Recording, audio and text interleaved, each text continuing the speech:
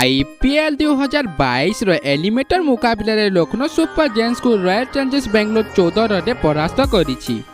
एही मैच रे कड़ा मुकाबला देखिबाकू मिलिथिला। पराजय पर लखनऊ सुपर जायंट्स रो अधिनायक के राहुल बहुत दुखरे देखा जाइथिले। मैच शेष हेबा परे के राहुल कहिसंती जे लखनऊ टीम रो फील्डिंग खराब थिला। मु जानिछि जे जेउ कारणरू आमे मैच जीति पारिलु नाही।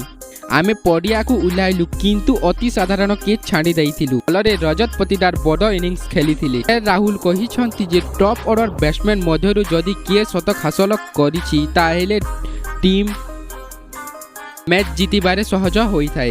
वास्तव में आरसीबी रा खिलाड़ी माने बहुत भल फील्डिंग कले जहाँकि आमे करि पारि नथिलु। तेउथिपाई मैच हारिबाकू पड़िथिला। बहुरी शक्तिशाली हेबाकू आमकू उद्यम करिबाकू पड़िबो। एहा एक युवा टीम से माने भूल करिले सिखिबाकू पाइबो। घर को जाई भल खेलिबा पई प्रयास करिवे। फ्रेंड्स ए थिला के राहुल स्टेटमेंट। तेबे फ्रेंड्स वीडियो केमिति लागिला वीडियो भल लागिला तारे लाइक करंतु कमेंट करंतु चैनल रे नुआ आसिचंती ताहेले सब्सक्राइब करंतु। जय हिंद जय जगन्नाथ।